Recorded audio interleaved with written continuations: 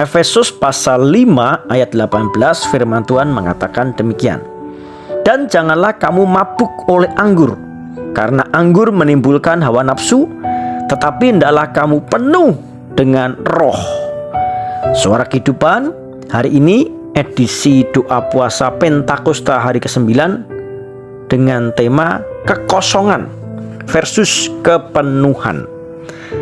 Kekosongan dan kepenuhan yang dimaksud di sini adalah keberadaan seseorang yang tidak memaksimalkan karya Roh Kudus dan seseorang yang memaksimalkan atau selalu hidup dipimpin oleh Roh Kudus. Kebenaran yang pertama, kekosongan seseorang akan Roh Kudus menyebabkan adanya berbagai penyakit.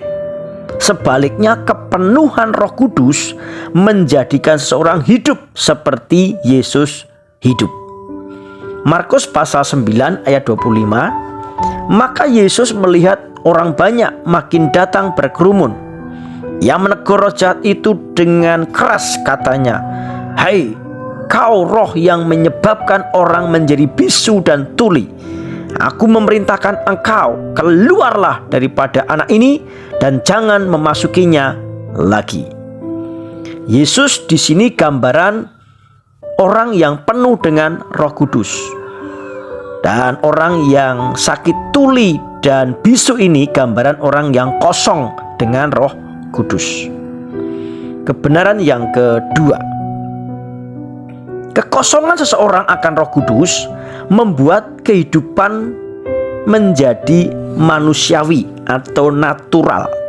Sebaliknya, kepenuhan seseorang akan Roh Kudus membuat orang tersebut hidup dalam dimensi keilahian atau supranatural.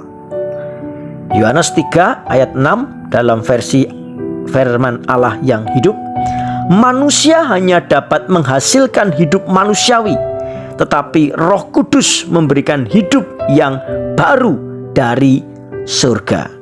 Kehidupan yang baru dari surga adalah supranatural.